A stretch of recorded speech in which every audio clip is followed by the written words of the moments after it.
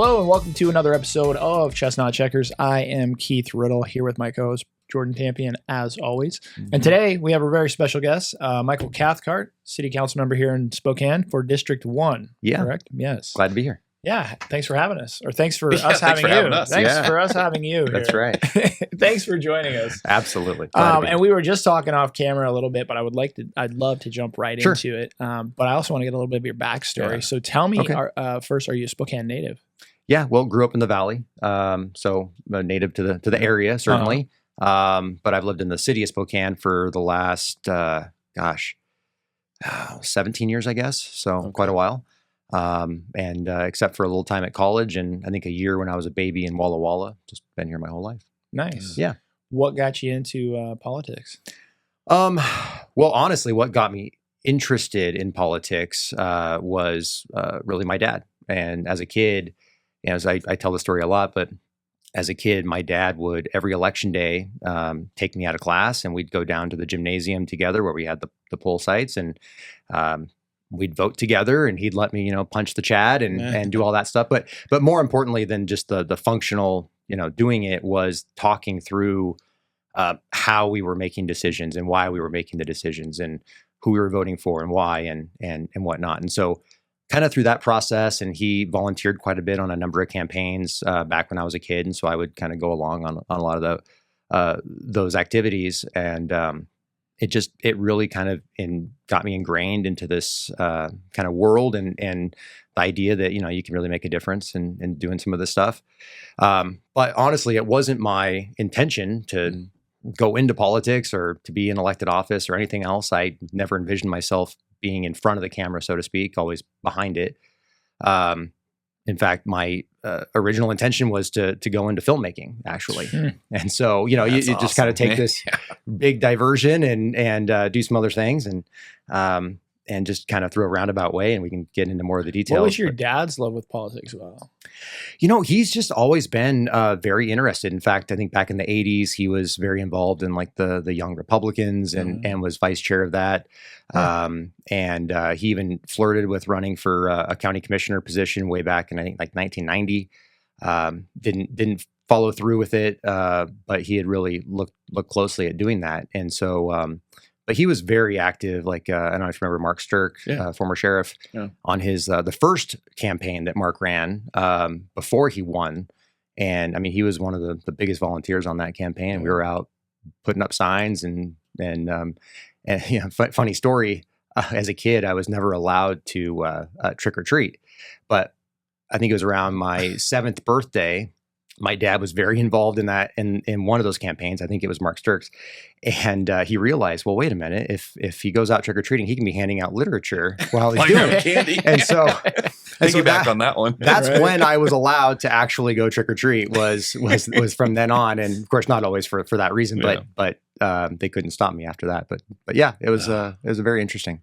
Yeah, it is pretty interesting how you ultimately get into it. I didn't grow up with anybody in politics. Nobody was actually a realtor. Didn't realize that was a job until I left. And I think for so long, we talk about it all the time, but like you kind of have your head down whether it started flipping houses where you're like government and those things are there, but not like driving what I do. Yeah. And as these projects have gotten bigger, it's like, wait a second, I almost have to start with that side. Right. Because if I'm about to do like the Peyton building or something, it is all politics. Oh, sure. Yeah. It's who's working with you. It's what's coming to the neighborhood. It's what's the appetite. And I'm like, so I'm getting a much, much greater appreciation for what you do specifically. Yeah.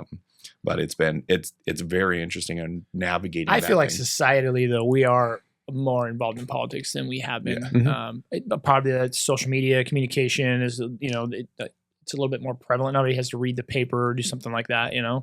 But even like I noticed that Jordan, you're saying like the bigger development stuff, for sure, you got to get involved.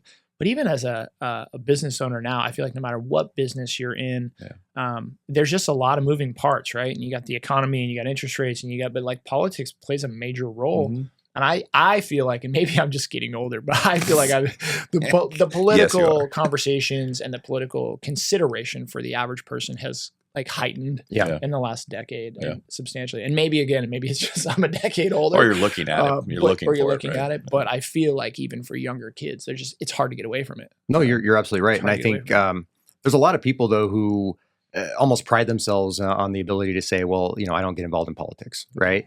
But I would tell them that, perhaps their perception of what it means to be involved in politics isn't quite accurate. If it's looking at sort of the partisan screaming matches and things like that, I mean, that doesn't need to be or have to be what politics is or are, and it's certainly not the most effective way to get stuff done. But I always say, I mean, if you're not at the table, you're on the menu. And so whether you want to call it being involved in politics or just advocating for what's best for you and your neighborhood and your community, whatever that sounds, however that sounds better to you, you have to get involved in some capacity. Otherwise, you have no ability to influence anything that's happening around you. Well, Jordan and I have talked a little bit about that, but it was an aha like when you first mentioned it, but even since is, this whole downtown scene, it's one of those things where it's easy to say if you live on the north side, which I live on the north side or the valley, or whatever, it's like, I'm not involved, like the downtown doesn't really, play a part in my life, but it sure does when you start looking at the taxes that aren't getting collected, 30% vacancy, 30% vacancy downtown. And it's like, there's businesses down there. There's no B&O coming in. There's like,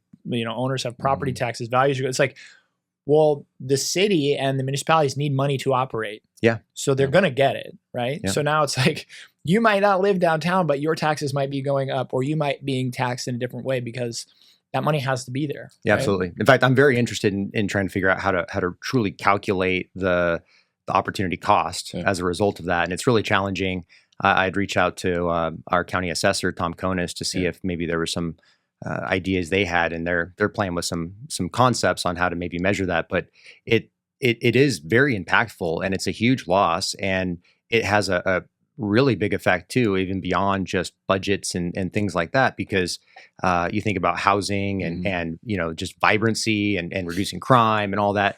If you can activate downtown much more in a positive way, then, even without more enforcement measures and things like that, which, we need, but just having the more activity, the more eyes on, et cetera, it just improves the situation overall. Yeah. And so and I know you're probably familiar with it, but there's been a recent study done by Downtown Spokane Partnership that was funded through some ARPA dollars that we allocated at the city.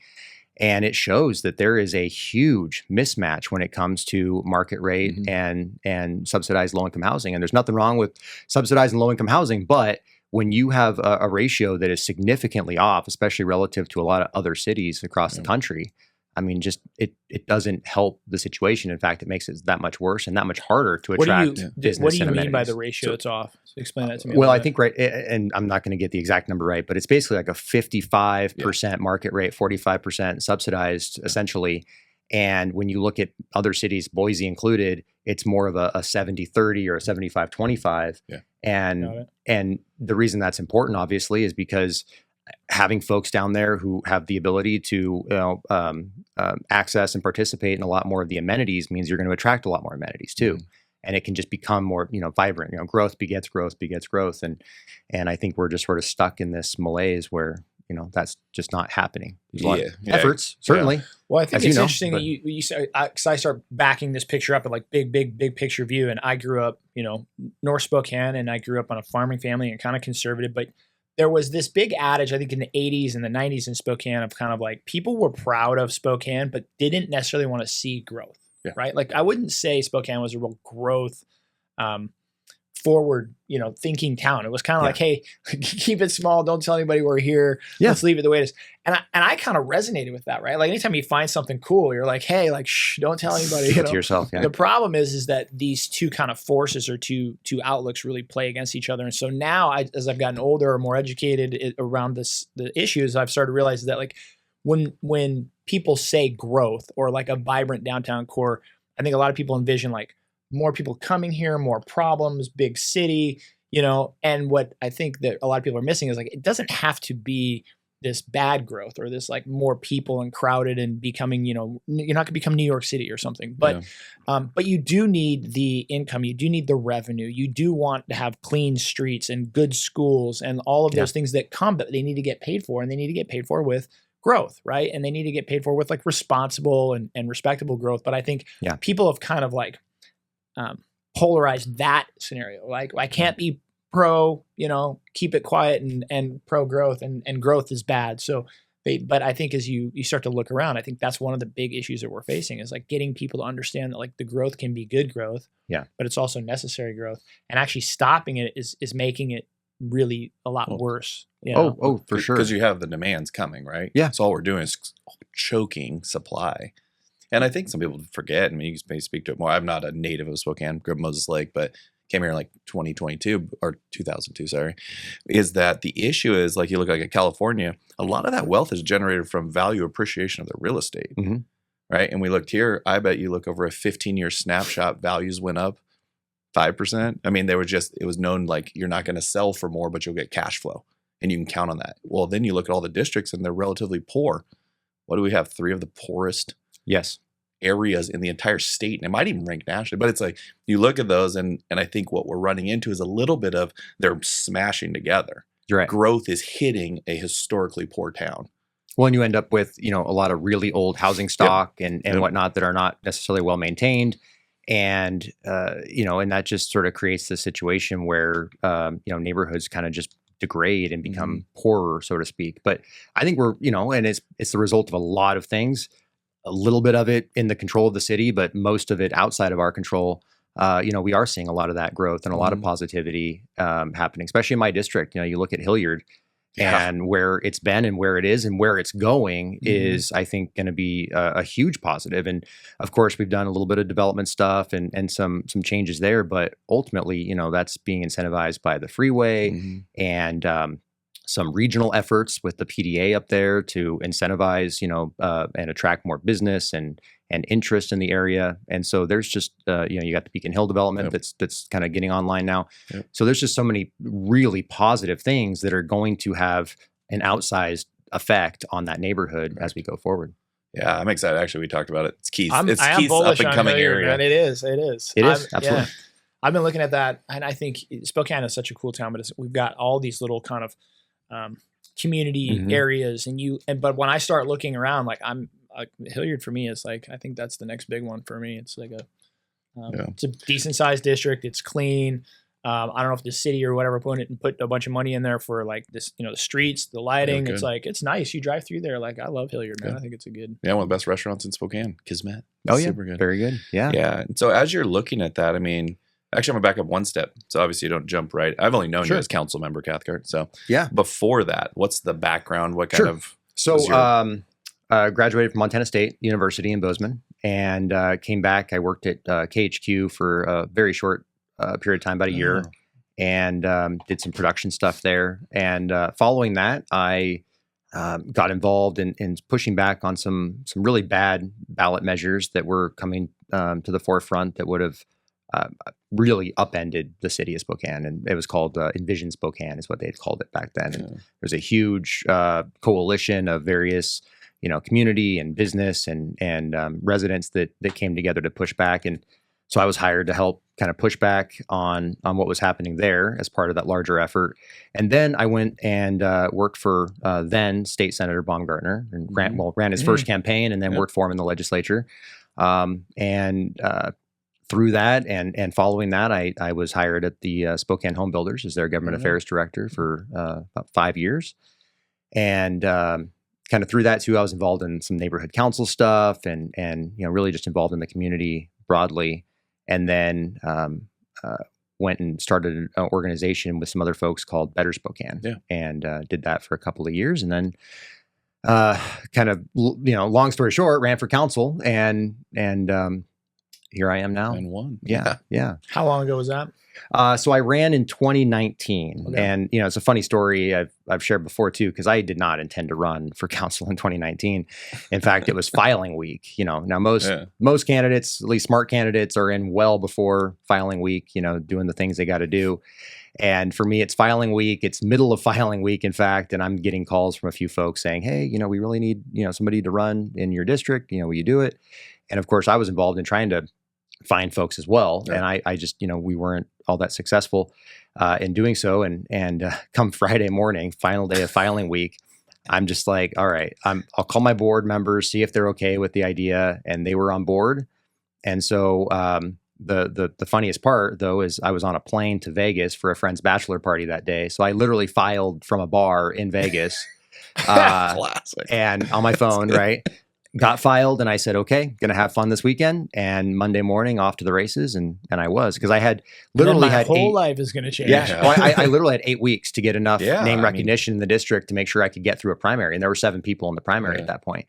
And so I did. I came in second in the primary with 24%. The person who came in first got 25, and so then it was just, at that point, pushing from there. I also ran for county commissioner in 2022. Obviously not successful in that, but I definitely learned a ton in running for that, and grateful for that experience. Won my reelection in 23, and I'm currently a candidate for Spokane County Auditor next year. So, yeah. Kind of through that course, what's the initiative you're the most proud of championing? Honestly, for me, it's Boca. Yeah, Boca's great. Boca. For everyone listening, can you define Boca for us? Break it down. So, obviously, the housing crisis has been something, first and foremost on my mind, especially the first couple of years on council, as it was at its kind of most extreme points. And those first 2 years, there was just, as you were talking about, what is the identity of Spokane? There was no real interest in doing anything that much differently with development. Yeah. We needed more housing, and when you have state laws that essentially, artificially choke the land supply and your ability to build, I think you either have to change those laws, which isn't going to happen, or you have to understand how to work within it. And so you have to build up within that urban growth boundary, which is what the area is called that you're allowed to build in. And so understanding that and wanting to make sure that we were getting housing built in a way that didn't upend anything, but also allowed for a lot more units to get constructed. I pushed forward and championed this concept that eventually became known as the Building Opportunities and Choices for All Act, BOCA. And the concept, very simply, was that on any lot in the city, you could build up to 4 units. Yeah. Now, conceptually, obviously there's ways to do that with rentals, but the real thrust and the real effort behind it was to incentivize and encourage more ownership opportunities. Mm-hmm. So stuff that you could do a subdivision and do whether it's townhomes or cottage type, but something that would be more achievable for folks density at a smaller at a lower cost. Yeah, it allowed for it. So we had one of my buddies is doing that project on 5 Mile.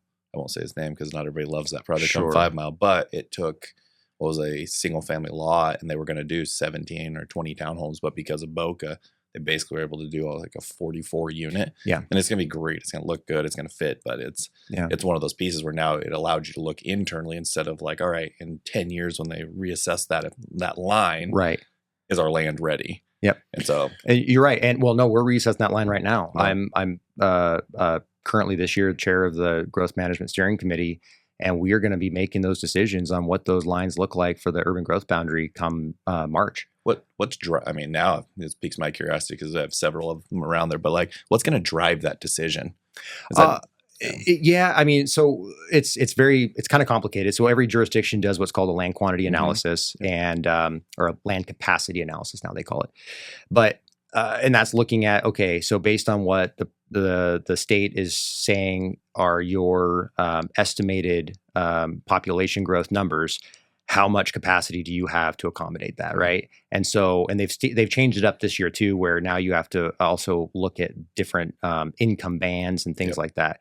And I'm assuming, just to break this down, though, but I'm assuming that they're looking at things like, do you have public transit? How much public transit? What about the general facilities? Like, do you have water? Do you have sewer? Like, are they looking? What are they looking at to say, like, can we absorb? Those are a lot of those how many people are coming in are a part. Like a lot of that is a part of the broader sort of how you develop, but a lot of this is based on what's the underlying zoning, what are the allowable housing types, height limits, what truly can be and realistically accommodated.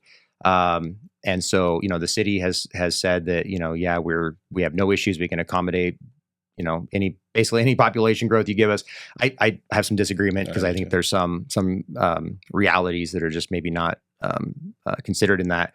But for a lot of other jurisdictions, though, specifically, they do not, and they are working with whether it's GMA steering or the commissioners who will have the ultimate say on what those expansions look like. And I don't think we're going to see any sort of, crazy significant expansions of that UGA, but I do think there will be areas where it will make a lot of sense to look at. There even may be some places where, based on the last time we did this 10 years ago, we have not seen the growth that perhaps was expected. And so you might, trade out certain things. But there's a lot of different factors that are being looked at, as well as policies. And so the state law has changed on, a lot of missing middle type requirements, mandates, and stuff like that, that some jurisdictions have applied and some haven't. And so all of that will kind of be a factor overall. But when is the deadline for them to comply with that? Like, was it 27? No, 26. Yeah, it's 26. It's supposed to be 25. Yeah, so we'll make the decisions, I think, on the recommendations for the expansions in March. But ultimately, the comprehensive plans for the city, the county, and everybody will be adopted sometime in mid to late 26. Yeah, I mean, because it really is an opportunity. It's hard. You don't want to sprawl too much because you can drive around and find the infill sites, but there's just an inefficiency in them. Oh, for sure. And that's what makes that. I mean, because we've developed infill, we've developed out there, and you're just watching. It's like the tight sites, the parking ratios, as much as you want to say, hey, there's no parking requirement, that tenant wants a parking spot. Well, sure. And the bank may require you to have a parking spot, right? So for that to pencil.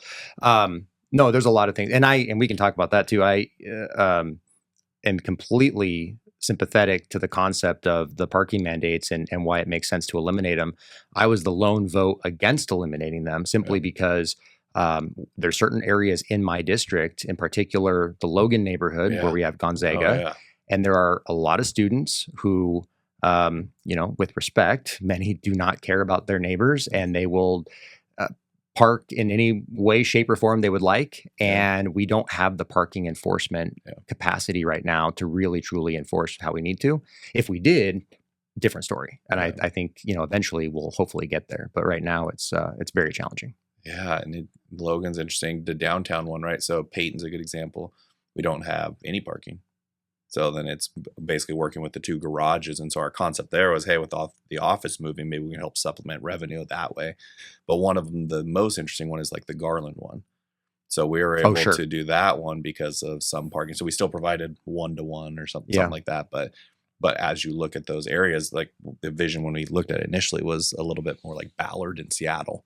Sure. A walkable, retail-oriented with housing version of it. But even that will get some kickback on. Well, definitely from the neighborhood, but also some tenants who are like, "Hey, I don't want to walk a block to my unit." Like, I know, and certainly, but at the same time, that's part of the goal is that you are building and offering a lot of different housing types and a lot of different neighborhood types and feels across the city and the county, right? So there's something that might meet the needs and desires of everybody, but in different parts of the community. And just to break this down for our listeners a little bit who are not as versed in politics or development, but the Washington State Senate passed a bill, right, called the Middle Housing Bill. And they basically went out and said to all of the different districts or different municipalities and areas that they needed to step up and create more housing. More dense housing. More dense housing. And so Spokane responded with BOCA. Actually, we started. We started. Right? Yeah, we were before the legislature even considered that. And what does BOCA stand for again? The Building Opportunities and Choices for All Act. Building Opportunities and Choices for All. And so that essentially eliminated parking was just one of them, right? Yeah, and so the state, there's a lot of things the state allowed or required, but some things we did on our own. Parking was another that we had done on our own. Yeah. And so, for the listeners again, is I think that the perception a lot of times is the city or the state or anybody steps in and says, okay, developers now don't have to supply parking for their units, right? So Jordan over here, this big bad developer guy is going to build 40 units and he's not going to build any parking. And then people hear that and they're like, oh, this is a terrible idea. Because it's going to be in my front yard. It's going to be in my front yard, my neighbor. But now the reality of how this is playing out or is coming to fruition is that developers are smart enough to know, if I build a 40 unit and doesn't have parking, and Keith over here builds a 40 unit and he has parking, my units are either not going to lease up or they're going to lease for significantly less money. So you as a developer now step in and go I don't want to build building with no parking, right? Even if the parking requirements have been removed. But it just gives you a little bit more latitude or leeway to say, okay, do I do 37 stalls? Could I get away with 35? Could I put a bike rack in, an electric car charging station? Is there some street parking nearby? How much of an issue is parking in this specific neighborhood? Is it Logan? Is it downtown? Yeah. And so like, I just want to make this clear for a lot of these listeners, because I think we're fairly well versed in this, but a lot of people hear these things, and it's like when these measures come up for a vote, or when they hear about it at, whatever cocktail party or a living room, they can without more knowledge, it can seem like a very poor idea, or it can seem like it's going to play out in some way of like everybody's just going to build things without parking. And I can attest personally, I think Jordan can too, but it's just not the case. No.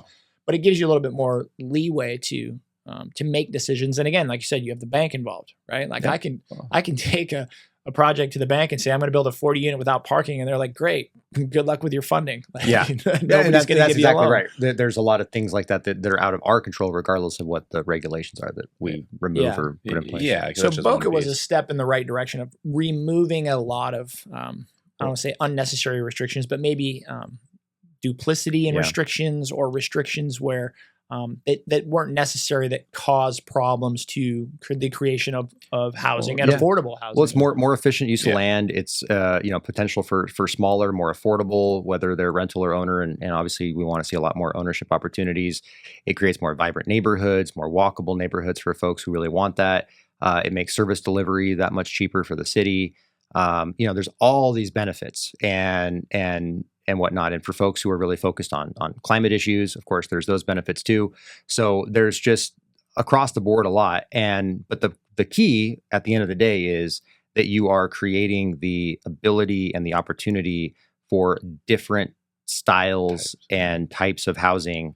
And again, not always just in the city, right? I mean, maybe you're out in the unincorporated or in the valley, because that's where you can find what really fits what you want. But that's the point, is it regionally, utilize the land that you have in your core before you expand out, as I think is the primary incentive, right? And I think if you look at, I think a great example of this is the Spokane Valley, but there's just huge lots. I mean, there's just a bunch of huge lots out there of houses that are on an acre or half acre. And there's nothing wrong with that. But the other thing that I think is interesting is like, as you drive by, just like an observation for me, I'm always like, but what is the aesthetic and the use of that lot? And it'd be like, well, it'd be different if somebody was sitting on an acre lot in the valley and it was completely like manicured and being utilized and like had a volleyball court and kids were out there playing. And it's like, no, most of the time I'm driving past the city in the valley. It's on an acre lot. They take a really nice care of about a quarter of an acre around their house. And then you have 3/4 of an acre that's just like weeds or an old pasture that's hasn't been used in a decade and a half. And so, as a developer, right, we see opportunity, but I think even like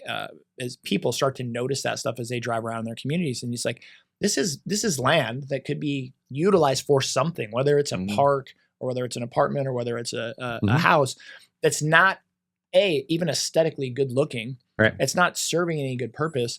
And it keeps us from having to expand outward in this continual fashion of like, well, now I got to run sewer further. I got to run water further. I'm going to use up more land. And so that's inefficient. For sure. It's inefficient. And it's also, I think, but it's not intuitive, I guess. Yeah. But a big deal for me and how I look at a lot of this too is property rights. Yeah. And so whether it's holding on to an acre because that's how you want to live and you've made that decision and investment, or it's creating the ability and flexibility for you to say, hey, I've got all of this additional land. I'm going to, subdivide my my lot, my 1 acre, and now I can build a couple more units on there. I can do a couple ADUs. I can, whatever it might be, but you have the option and the opportunity and the ability to do that. And it shouldn't necessarily come from a government mandate or anything else like that. Yeah, now you're speaking my language. Like Well, yeah, and it's because Boca's interesting, right? Because it's still cost to build is pretty high, but one of the issues you run into why Boca works well is it allows you to be more creative. So you can look at sites. So why I've always loved downtown is you can pretty much do anything but heavy industrial. Like you can pretty much figure out like some use with it that does that. And I think what happened was land values went up so much. Yeah. And then cost to build went up. And like one day I'm just going to print an actual budget from one of my apartments and be like, look, this is like, if you go to build these, this is what you're facing unless you had bought the land 20 years ago and your basis was less in the land. And that's where your money was made, or you're the contractor, or you're some piece of it. And I think, how are you guys approaching balancing affordable housing, right? I'm going to use that word as it's meant versus the actual cost to get that housing from a cost to build and Well, like from that's a great government point, side. actually, because, and this is something I'm really, really both passionate and frustrated over because, we talk a lot. You hear candidates ad nauseum talk about affordable housing, this and that. Well, what's making it affordable is 99% of the time some kind of public subsidy, right? In some manner, whether it's direct or indirect. What we're not doing, and what I think is going to ultimately really come back to bite us in the butt, if it's not already, is we're not lowering the cost to construct. Correct. And when you see every 3 years new energy codes get passed that have almost zero efficiency improvements. I mean, you're talking like 0.01% or some small amount that makes almost no real true difference, but it adds a ton of cost, right? Then all you're doing is making housing more out of reach for more folks. I can't remember the exact number. It's $200 or $300, but basically every time you increase that cost of housing by that much, that's another family that you are pushing out of being able to afford or the opportunity to buy or get into that unit. Yeah, ours is for every 15,000, it's $100 in rent. Okay. Yeah. And that's tight. Like you want to be at 10 for every 100. But then that's so for every $15,000 of additional cost to produce a unit, it's going to cost the end user additional $100 a month in rent. Yeah, I was very. It's about there. We just did some housing studies at the city, and one of the they're talking about gentrification and things like that, which honestly I think the biggest impact on gentrification that we've had, or worse than gentrification, has been just the limits on how you can develop in the city for so long. I think that has done more than gentrification ever will. But that being said, when we look at those issues, one of the concepts that I just vehemently disagree with is this idea that we're going to apply either inclusionary zoning, which is that when you build, you have to build affordable, that you as the landlord are essentially subsidizing, or you have to apply some fees into a pot so that government can build that housing, or dole it out to a nonprofit to build that housing, which is ultimately what usually happens. And if you look at 1590, which I did not support originally because I don't think councilmatically we should be imposing taxes. They should go to the ballot and people should have the opportunity to vote on those.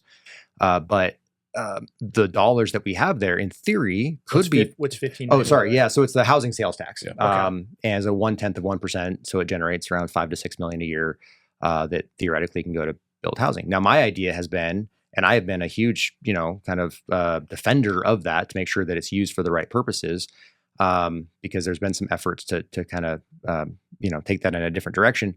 But although now I think that there is a different direction that actually would be better, which is behavioral health type investments, which is allowed under the state law. But anyway, we dole those dollars out, and occasionally there might be a good project or some good deals that we get that do add units. But by no means are we looking at the lowest cost per unit, which is what we should be. I mean, obviously meeting standards, but so my idea has always been, let's take at least a portion of those dollars, put it aside, essentially, have folks in the permit office, when you come in for your permits, be like, hey, we got this pot of money. We'd love to, buy down X number of units. Or do you have the ability to add units based on some dollars that we could add? That to me would be best, because then you've got, the market rate, contractors who are looking at every ability to reduce those costs, getting the best, bang for the buck. And you're going to get a lot more units built for those taxpayer dollars, right? Oh yeah. And It's so huge. too often we just dole those out to various nonprofits who are great organizations and do a lot of great things in our community. Don't get me wrong, but they're not focused on the lowest cost per unit. No. Yeah, and I think you kind of hit the nail on the head there. Like recapping that, right? It's 1/10 of 1% on the sale of real estate. That money's supposed to go to produce affordable housing. What people don't understand is the government doesn't build housing. Like, there's no construction workers that We've seen build houses. We've seen the government right? build housing. Let's say the government So the shouldn't government's build going housing. to Should hire not. somebody, or Yes. they're going to say, Yeah. here's a nonprofit that builds housing. Let's give the money to them. So they're taking the taxpayers' money and then they're turning around and giving it to a nonprofit. But that nonprofit isn't necessarily building affordably. or the most affordable product, right?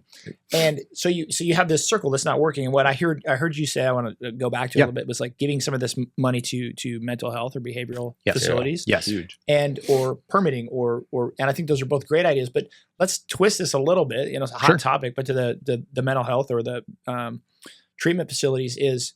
Homelessness is an issue in general, and affordable housing, it leads to homelessness. But there's also a lot of homelessness that is due to drug addiction, and it's due to things that are not just, I couldn't find an affordable place to live, right? And so giving some of that money in those directions, I think would be a great idea. What's the holdup there? Like, is that just politics? Politics. I mean, that's the politic one. So the original use of these dollars was strictly housing, and then the legislature a year or two later broadened what they could be used for, and so in my mind, as long as we are really narrowly focusing in on the right aspects of these treatment investments, I think right now that is the highest need. We've seen the vacancy rates increase. We've seen, don't get me wrong, we still need more housing. There's, still a lot of challenges on affordability, but we're starting to see some small dents being made there. We're not necessarily seeing the same thing on homelessness. No. And one of the big barriers to getting individuals off the streets is access to treatment. And so there's a lot of folks who believe that regardless of your mental state, your drug addiction, your ability or inability to care for yourself, we should just put you in a unit. Just, it doesn't matter. Just that housing first at all costs, right? I'm not a believer in that. I don't think it works. I don't think it's the right thing. There are some folks who have done all the right things. They're working their way, into a better situation. And if we can help them to get off the street and into a unit, absolutely, we should be doing that. But there is also a huge number of folks who are not doing those things. They're doing the exact opposite, and they're being rewarded and incentivized to continue doing what they're doing at the cost of those individuals who are doing the right things. And that, to me, is what's really, really screwed up about our existing system. And I have called this out time and time and time again, and there's just no desire to do anything different. And it's not just the city politics that's in the way. It's also regionally, because other jurisdictions sign on to these same things. And when you talk to them privately, essentially what's said is, well, we're not really involved in all that, so it's just easier to just sign off and move on. And yet they have the leverage and some ability to push back to say, let's do it better. And that's where I get real frustrated, because there's not always the desire to do it better. Just do it easier. Oh yeah, when I was at SNAP, sometimes we get people right off rapid rehousing. We'd put them in, and they would just trash the unit because they're not used to being in a unit. Right. And so and that's SNAP, where you have the support and you're there and you're doing it. And I think it's a really good distinction to keep making between those two, because one of the things is about affordability, right? Is we think, well, let's just limit it, right? Let's limit supply. But the reality is, rents are the most affordable they've been in 5 years. Why? Because we introduced 1,900 units or 2,000 units when we normally introduce 800. Yeah. And so the model isn't let's do less to create affordability. We have to actually do more. And that's what actually balances it out. So we're seeing it across all of our properties. The issue with that is you're going to see development slow. Yep. Because now all of a sudden the rents aren't there. Yeah. And so it's because our estimate on those energy costs was about $6,000 a door. Wow. Give or take, with the new updated ones. Well, you mentioned earlier that, eventually you want to show everybody, the pro forma. Yeah. Honestly, I truly mean this. I wish every developer would show their pro forma to their elected officials, because, detailing out what those energy costs are or what the other mandates are doing to the cost of construction and your ability to provide housing. Yeah. A lot of elected officials just simply go along with whatever the partisan deal of the day is. Yeah. And if somebody is telling you we've got to jack up the cost of housing to fight climate change, it's just blind allegiance. It's not questioning is there a balance in there? Or it's just blind allegiance too often. And we never go back and calculate, well, what have we actually gained in terms of environmental benefits from these mandates, and in terms of what's been the opportunity cost because of the increases in the cost of housing. Yeah. We never go back and look at those things ever. No. I know the manufacturers of my clean air system made some money on that one, because we have to put 3 of those in every unit. But it's also this is the one time don't really think of this politically in the sense, but it's that east-west side too, right? Because in Seattle, you're getting $300 to $800 for that same unit. Yeah. You can drive it up because the incomes are there to support it if you do a nicer product. The issue is we're like the neglected stepchild that the same Well, it's a rules are statewide dropped mandate, on right? us, And right? Yes. And it's the different. It just community. doesn't fit, and that's always Yeah. been. And that's another issue too with funding a lot of the nonprofits, because if they're getting any of their money through the state, then they've got some additional requirements, the evergreen standards and things they have to abide by, which also increase the cost. So it's you're not constructing affordable housing. No. You might be providing it through some subsidies or other means, but you are not actually constructing affordable. No. And if we would do that, that would actually benefit everybody and not just a very narrow sliver who can apply for certain things. Oh yeah, and I think one of the issues about affordable, it just means they don't want to. The developer doesn't make any money. They make their developer fee, so they make that. That's Sure. why they do the project. But the reality is, like, to get the rents down, Yeah. it means there's no margin. Yep. And then you're also typically when we do that, there's no property tax revenue. So the same property that's paying $150 a year is paying $0. Yeah. That's how they're getting it down, is through these incentives. And so it's been interesting to watch those pieces. The other thing is they take 3 to 4 years. So by the time they're getting new numbers, our costs have gone up so much that they have to go back out and raise more money or get more grants. No, you're And very so it's very this true. weird model where I was comparing it to one local nonprofit that was building, and we're building for $80,000 a door less wow. Well, and it's that.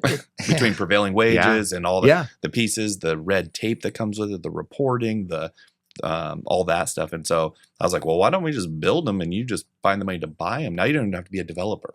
That's that, and to me, And then we just that is fix the price up front. Yeah. Transparent pricing. Like that is a model that could work. And it's like, but the issue is then it'll be like, Jordan's making all this money. And sometimes I'll be like, guys, it really isn't. Your goal is in 20 years that these make something that's worthwhile. If you're making money, then but you're also providing something at 80,000 less per unit, Well, I'm not exactly. seeing a problem. No, and especially if it's transparent, you have that price, And you're meeting the standards that you need to, I mean, it's a quality and unit. they're good. It might not be luxury, but it's quality. Yeah, and so that's the one, because there's two I do want to give credit to. A lot of what Spokane's done to drive these decisions, but the MFTEs, one of the best that I've worked in any municipality. Multifamily tax exemption. Multifamily tax exemption, which is a property tax savings. Would you say that is a tool, maybe one of the best tools that we have in the city of Spokane? I pulled 2 Valley Yeah, projects for sure. because I was like, it doesn't make sense because the taxes are so high. They're 9% of our operating costs. In comparison, an operating cost on a property is between 30 and 35% on new construction. Property taxes are 9% of that. Wow. Without the exemption. So what this allows for is now you took a piece of dirt that's making 0 or very minimal taxes. And yes, you have to wait 12 years, but when my property comes back on, I'm paying $160,000 for the next life of it. Yeah, so just to clarify that, right? Like a multifamily tax exemption, you guys correct me if I'm wrong, but essentially what it is they're allowing like somebody to build an apartment on a piece of dirt that was just vacant. But what they say is that when you build that apartment there, you're going to still pay property taxes, but you're going to pay it just like it was that same piece of dirt basically, that you hadn't built on. So they're not losing any revenue. Like, so people understand that, right? Like you are tax foregoing some revenue, but you're just not losing. means that you're not going to be taxed at the value of this $1 million, multi-million-dollar apartment. You're going to be taxed at that same value that the land was on. So the city or municipality or county or whatever is still going to get the tax base that they would have for a small period of time, 5 years, 7 years, 10 years. And then it will escalate back up to the market value, which will bring in substantially more tax revenue. So what you're doing is you're saying, here's an incentive, Mr. Developer, to build this product. And to incentivize you, we will keep your tax basis low for the first 4, 5, 6, 7 years, which gives them an opportunity to recoup some costs, potentially in cash flow or whatever, that they would have otherwise been paying in taxes, which now makes the project pencil that wouldn't have penciled. But without that MFTE on that same piece of land, a developer can look at that same piece of land and go, it doesn't make sense to build here. And they move on, and now everyone's lost out. There's no units. The developers moved on to a different project, potentially sprawling or going somewhere else. And now that municipality or that city or county is not getting any increased tax revenue in the next 5, 7, 10 years. So it's a great tool. Oh, I just sped through that really quickly. But you said it right? Yeah. But we'll ignore it. But the other thing I remember too is like, I'll take the example. It's a $15 million project. So our sales tax on that project is over $1 million. So by breaking ground and building this, that's $1 million in sales tax. The other thing is it doesn't escalate every year with you, right? It's a fixed when you're done, $1,600 for every $100,000 of value. Well, if values keep going up, you actually do incrementally pay for that gain in value for the 12 years. So you're really actually from year 2 with the way values have been going, it's like you're actually paying more revenue than what it was generating. But I think right now I've been pushing the Valley. Terry's over there. I'm like, you have to get him to. Yeah. to do the MFT. Terry knows all about it. She was Uh-huh. the one that ran it in the city. So when you pulled those from the Valley, did you then maybe increase what you were doing in the city? Yeah, so we'll break ground on 2 more, and then but like Peyton doesn't go if I don't have it. So just Really maybe good put it example. this way: would you say then that, but for the MFTE program, you would not be building those additional apartments in Yeah, the I city? wouldn't have done the last 100%. Yeah, Yeah. and it's why we're looking at the Spokane area. As much as we talk about Yeah. homeless, all those pieces, I'm like, but if I can get my operating costs Yeah. down, I can then be able to absorb some of Yeah. that hit. See, this is a big debate that goes on sort of Well, I know, internally, right? Of whether or not the MFTE program truly is a benefit and is helping the city or hurting the city, like we're losing dollars. And I always argue, well, and especially if you could, somehow read somebody's mind to know that, but for this, but I would say the vast majority of the projects that are MFTE funded, without that would have either gone elsewhere or just never happened. Yeah. What is somebody's argument against it? Well, essentially, some folks see it as a giveaway to builders, developers, because it's, the city is sort of saying, well, we're going to, essentially let you keep these tax dollars for these 8, 10, or 8, 12, or 20 years, whatever it is. But the argument is that, well, if we didn't have this program, it would still build those units. That's not true. Yeah. That's not true. And it's hard to truly prove that, right? Because somebody can say prove it, I'll and it prove doesn't to you. necessarily mean no. And I'm sure on literally paper you can submit it. show. Because otherwise, what happens is you play with this thing called debt service coverage ratio, right? Right. That allows you to build. It says, hey, for every $1 of debt, we need you to have $1.25 of income. Well, if you can take 9% off the expense line, what happens to your income? Goes up by 9%. And that's the only way these are going. Yeah, the margin is so It's thin so thin right now. especially with the energy credits and the Like other for requirements our that are build coming in. now is that I don't think costs go down. So for me, building now it's definitely not a today thing. Used to be for 5-6 years there, you could have built next day it was worth more. Now I think you'll marginally go, but in 20 years, you're not gonna be able to build this for this amount. And so, No, that's for sure. Yeah.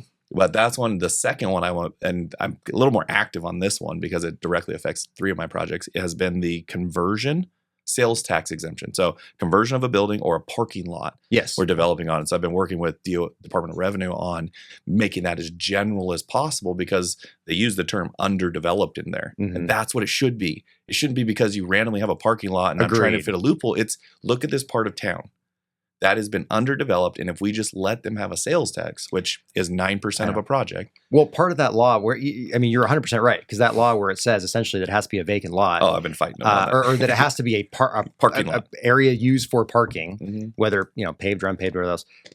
But the idea that somehow that makes more sense to develop than just an empty lot that's never been parked on doesn't make any sense at all.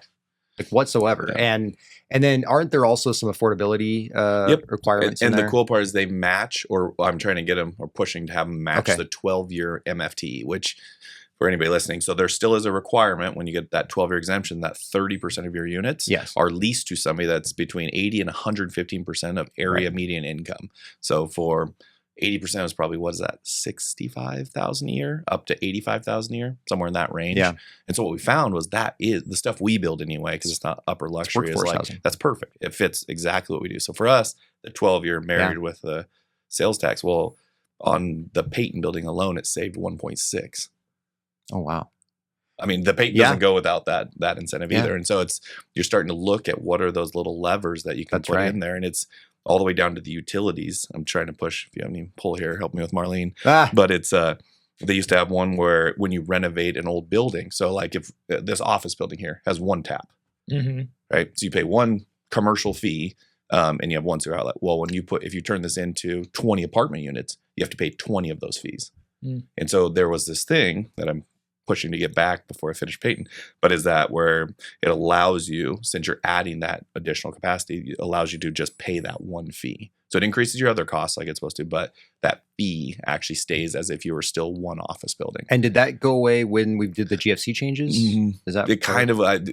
Chris told me more about it, but like it kind of went away there. But like for the Peyton or any future development of those buildings, what does that mean? Normally, my bill for water, sewer, garbage on the Peyton will be $8,000 a month. Takes it down to $4,000. Oh wow! Well, every time I can bring it down, what does it do? It increases NOI and allows us to rent them at the more affordable numbers, right? That's and right. I think that's affordability Well, to yeah. me. Everything's passed on. Yeah. So of course, Exactly. you reduce those costs. And so that's been an interesting, because what we charge is a rate. Geez, we're diving into the development side really. But it's okay. Well, yeah, and I think the message for the listener, right, is just like to listen to, like, you don't have to understand half of what's being said other than it's that razor thin. Yeah. Right. Like when I'm putting a development deal together, it's weird to think that as a developer who's building apartments, you should be making money building apartments. Like that's what's your job. People make money doing everything. The lawyer makes money practicing law, right? Mm-hmm. And yet, in order to make a project, I'm like trying to get multifamily tax exemption credits, see if the city will work with me on parking requirements, like all of these things, and everything is to try to save a dime to make a project even pencil, right? Yeah. Just to make it even go. Mm-hmm. And I think that's unfortunate that we've come to that, because I don't think it was always like that, right? It wasn't. It wasn't, but rents were going up at 9% a year, right? So our costs are going up at 3%, rents are going up at 9%. And you're like, oh, yeah, no. And then everybody argues, well, they've been so low for so long. But that's not really an excuse.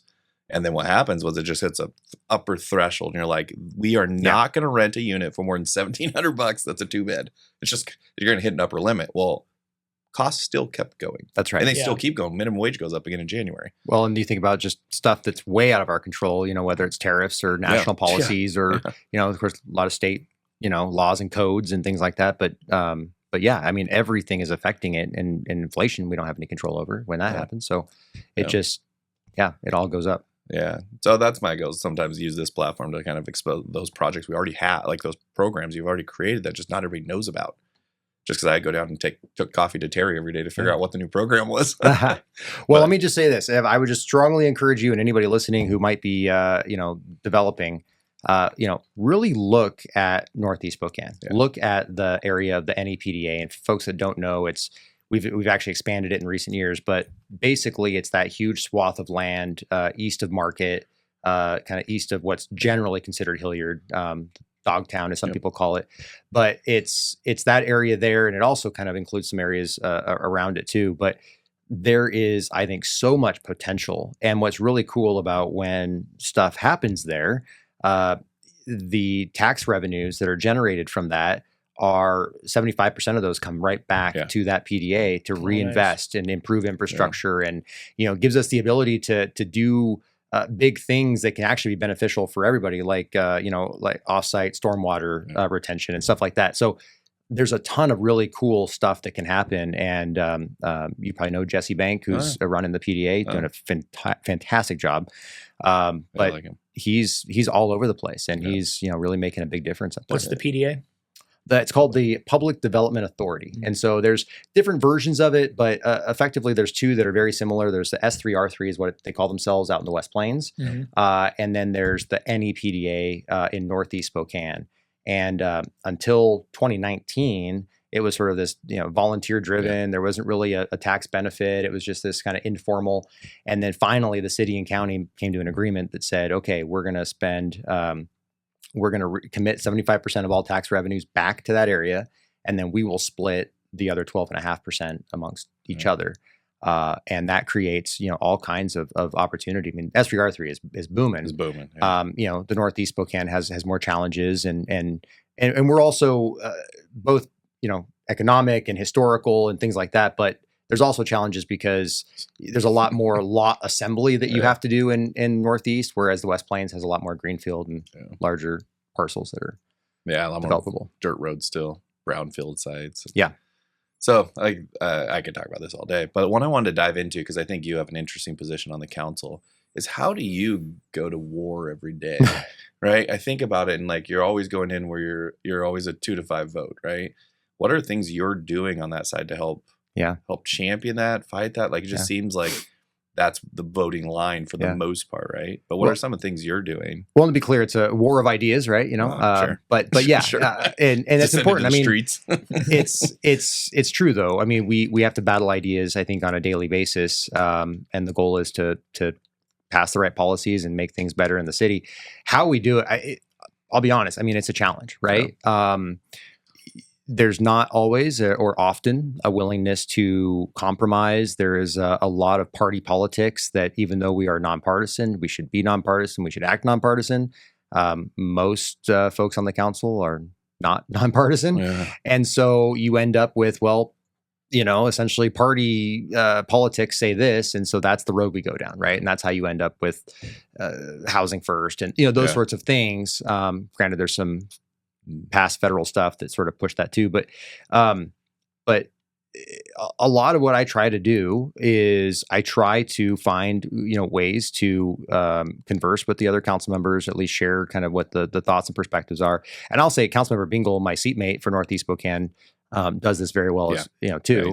And we might have some slightly different tacks and how we approach things, but he's as collaborative as anybody when it comes to trying to work with other council members on big ideas.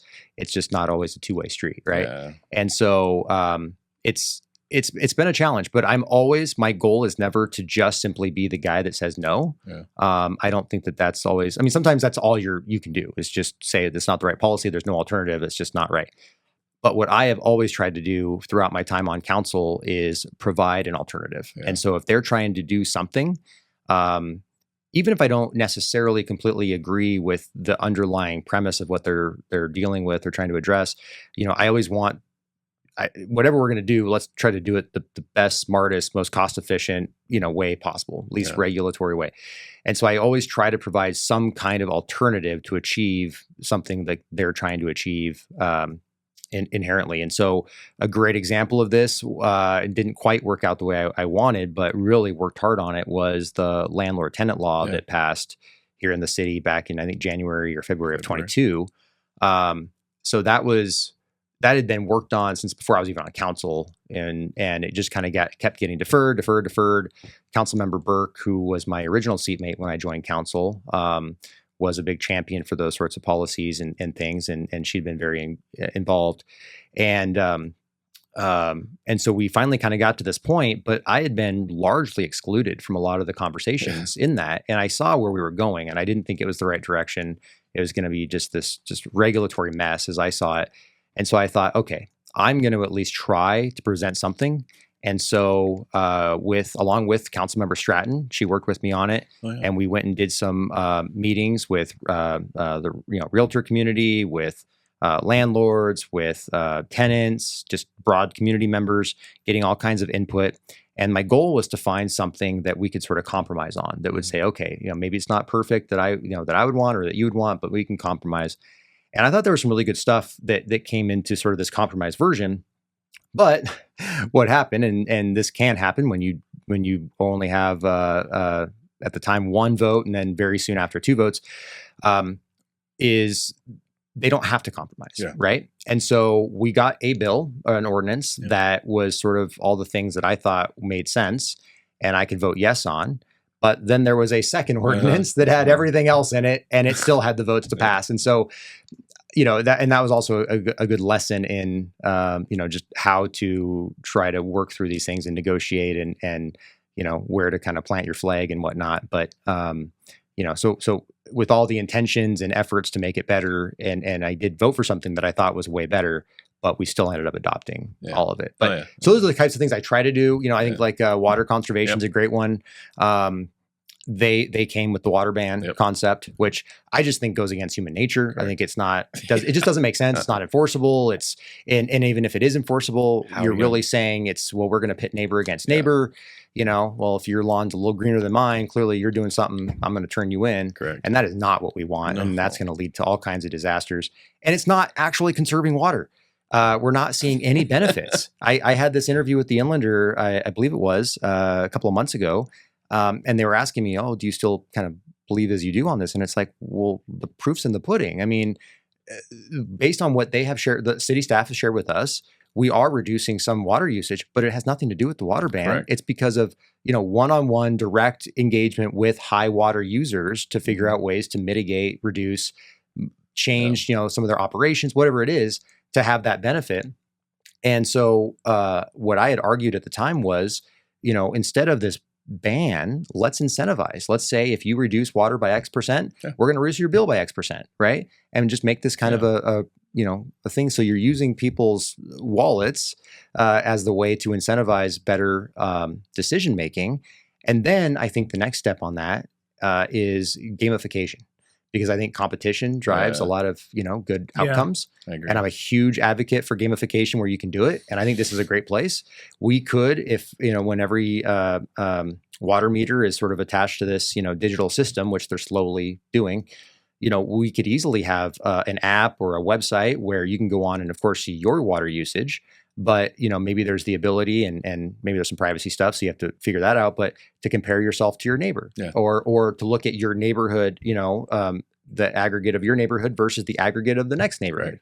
And you can start to have, whether it's friendly or more competitive competitions to say, well, I'm going to reduce my water more than you. And you can do something about it, right? You can incentivize it. And so I'm always trying to find an alternative to present, even if I don't have the votes or anything else. Right now is a great example with camping and obstruction laws.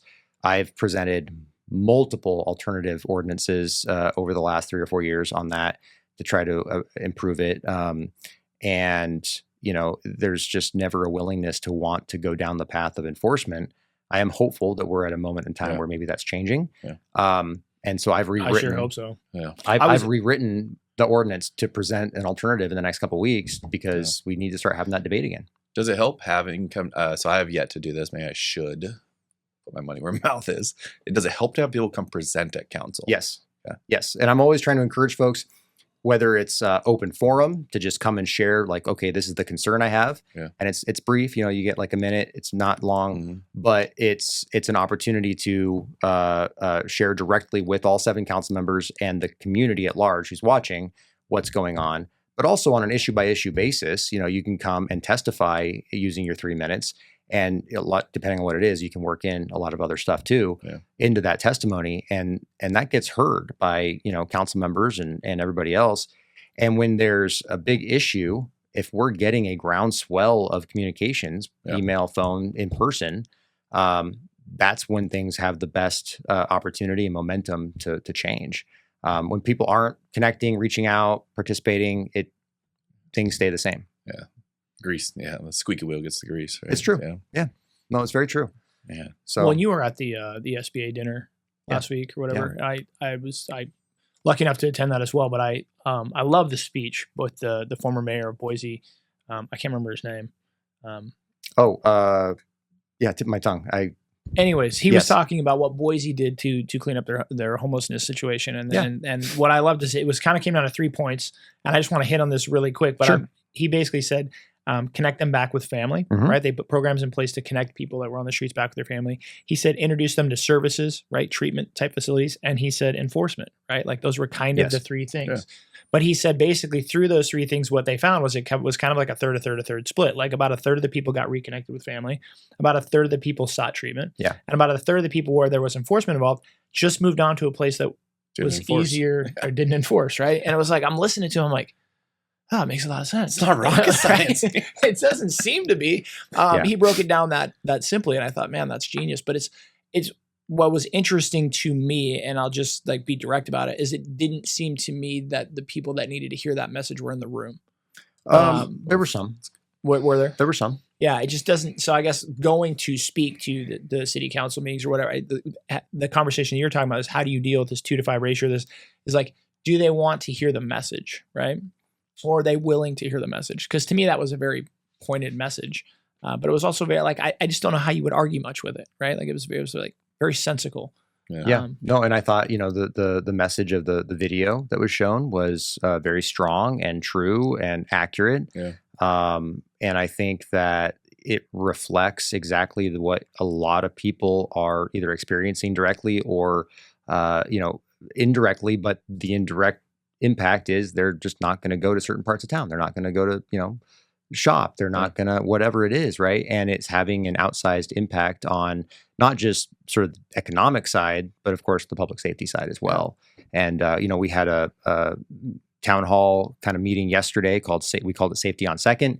And it was I think very well attended. We did it at the Tuxedo Gallery on 2nd Avenue, where they have had a number of just horrific incidents that have occurred. And frankly, much of them being more in the realm of sex crimes, right? I mean, you've got people doing obscene things right outside their, giant glass windows. And in fact, as we were sitting there having our meeting, not 10 minutes in, there was a woman who, dropped pants, and thankfully, you know, we had the chief of police there, we had the captain there, and it was dealt with immediately. And it turned out she also had a felony warrant. I mean, there are a lot of these individuals who do have, you know, warrants and things, and the issue isn't homelessness at all. You know, for folks again that are simply, you know, economically impacted and they need help, like there's a lot we can do to help them. But for many, it's more of a choice. It's something that, you know, they're more interested in sort of the side things of drug use and all of that, and there's not the incentive to leave. And so when you're not enforcing, the incentive being enforcement, I think that he kind of hit the nail on the head with that too, is he talked about like the people who are not interested in if they're not interested in not doing drugs or in finding a place, he's like, they're not interested in any programs you offer them. So you can offer them all the programs you want. It's like, if they're not interested, what they're interested in is being left alone so I can, you know, openly do drugs and live how I want to live. And as long as you leave me alone, I have zero incentive to leave. Well, and so he kind of hit that nail on the head too. Is like, well, it's not the programs, right? You can offer them 100 programs. Yeah. They don't want your programs. They want you to leave them alone and let them do what they're doing. About that. Right. Well, I can only speak as, you know, one of 7 on a council, and I'm certainly not the mayor, but that is not what we want in Spokane, right? No. That is not it at all. No. And again, I think Spokane is incredibly compassionate. We will do a lot for a lot of folks who, I realize who really this is want maybe it. a Need loaded it. question, but what is the theory behind leaving them alone? Like, if you leave them alone long enough, they'll just stop on their own. It's so. I mean, again, I think a lot of this is political. It's this ideology that, you know, if we are forcing anybody to do something other than what they're doing, somehow it's an injustice to them. You know, if we're enforcing using police, that somehow we are criminalizing homelessness, and we're being inhumane. I mean, and it's all false, right? It's just not true, because nobody in Spokane, at least, is trying to criminalize homelessness. When we outlaw camping and we outlaw drug use and we outlaw these things, that's saying those activities are not compatible with our community. No one is saying that you're not allowed to be a homeless individual, but if you are homeless, that's why we are investing. I think we can do a better job of investing in a whole lot of services, and smarter. But that's why we invest in services. And when you don't have a stick, when that officer or whoever it is that's approaching that individual is saying, hey, you can't be, you know, laying across the sidewalk here. You can't be having this encampment. You know, by the way, here's services that we can provide you access to. But when there's no enforcement that comes with that, then you are simply giving them permission to continue doing what they're doing. In fact, it gets so bad that there are groups out there that are actively distributing glass pipes to individuals who are drug addicted on the streets, and they do it under the auspice of safe smoking supplies. But it's just complete BS. And all it does is it encourages more drug use. It incentivizes more drug use, and it's not benefiting the community at large, right? It just is not. And then those glass pipes get left on the streets and broken, and they cause all other issues. He hit that topic as well, and I loved what he said about that. He said, we're not against homelessness, but he said one of the things we are against is commandeering public space for personal use. Yeah, I thought the way he put it was really good. That's a really good way to put that, because I can go have my kid's birthday party at Riverfront Park, but I can't move in, right? They're like, hey, have your party here and then get out of here. Like, you can use it. Hard part is you would get fined. Right. Like, you can use public space for personal use momentarily, but they're basically taking public spaces, sidewalks, streets, whatever, and just saying, this is mine now. Yeah. I live here, and you can't do anything about it. So if I do that and leave that out, I get a citation for blocking handicap accessibility. And this is the frustrating part. And I had this one. We were at Brick West, and I had my beer. I live across the street, so I'm like, I'll just walk over. I'm like, no, you can't take it out of the.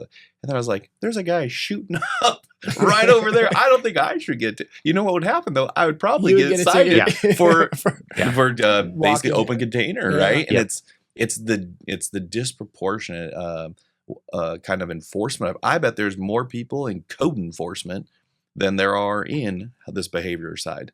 There might be nine people that are like, I got one, we had a building, and they're like, oh, you have graffiti in your building. I said, well, sorry, I'm busy cleaning up the 15 homeless people at this building. So if you could help me here, I'll make sure that isn't there, because, you know, I didn't go paint that on there. Yeah, I didn't graffiti my own building. And it's just this weird I meant clean air.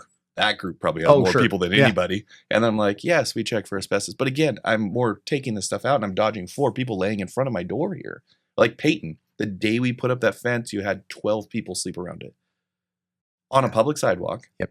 And then every morning, my you had to get a permit to close, by the way. Yeah. Then I had to pay $200,000 to get it closed. In our current law that was passed, $200,000 to close that. Well, you got to pay for every meter. Oh yeah, our current law that was passed 2 months ago. I mean, yes, it has the words that says you're not allowed to do these things, but there's absolutely no mechanism to actually enforce it, right? Because it's all voluntarily driven. It's, you just have to offer services, and as long as they just get up and leave your vision, it's fine. They can and they know that. And so when we talk about folks who are from Spokane, who are here, who are in our community, I don't know what the percentages are. I know there's a lot of numbers thrown around of who's, how many are from here or not. 75%. Yeah, that's one. I don't know what's accurate. Not from here. But whatever it is, I know it's a growing number of individuals who are not from here because, and anecdotally, you hear that from River Park Square and the downtown ambassadors because they see new faces constantly. And when the word about these laws have gotten out, and I think that's why. And I will say this, and from my vantage point, I think our city right now is in the worst situation that we have ever faced, at least in my life. Yeah. Well, it was getting better, and then it got substantially worse really quick. Like it just fell off as soon as that prop was passed. It was like, oh, I don't know. Like they must read the news more than I do or something. Yeah. But and they're human. They're smart. Like I'll have one year go up and be like, hey, you got to move. He goes, no, I don't. And I'm like, no, you do. Nope, I don't. It's public alley. I'm like, well, not right now. So then I get this debate, and I'm like, all these rules. We can't. This one guy, I talked to him for 30 minutes because he was sleeping in front of our office at Second. I was like, you know what? And so I started walking to work, and I would just stop. I'd pick somebody every day and talk to him. He's like, yeah, it's just they're really criminalizing us for being homeless. Like we want to go camp out by City Hall, and then they kicked us out of there. I said, well, what gives you the right to go camp at City Hall? It's not a public campground. He goes, oh, I mean, where else are we going to put this? And I'm like, well, maybe not at City Hall. Yeah, and then I said, definitely not my stoop. Yeah. And what's most frustrating, and I don't believe that we should necessarily link one, our enforcement of one to something else. But what's really frustrating is when you've got so many individuals who are out, particularly doing nuisance things, and you've got 50 open beds. Yes.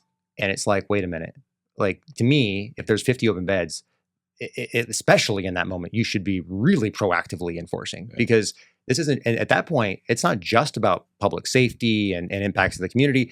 It's also about their lives, right? I mean, if you have the opportunity to put them in a bed inside a sheltered situation versus being outside, that's potentially saving somebody's life, right? Putting them in a shelter where perhaps they can't just shoot up or do something, in that moment could possibly be saving their life. And yet we sit idly by and allow these things to happen. And that's not, any sort of a comment on police. I think the police want to do everything they can. Code enforcement tries to do everything they can. We've got, social worker folks who are well-meaning and all that, but it just, the way things are set up right now is not working. And the hard part is you're going to start getting people numb to it. And once we get numb to it, that's my fear. Yeah. So like I was walking from Churchill's to go to Volstead for a drink. Guy literally is dead. Not breathing. And his buddy is trying to give him chest compressions, trying to find Narcan. I'm on the phone with 911 saying, Danny, don't go to the light. Gets up, comes to, is pissed at you. Because you took his high away. The other guy bolts. He got Narcan. And then he got Narcan. And then me and Whitney, I'm like, and then we just went and had a cocktail. And I'm like, I know.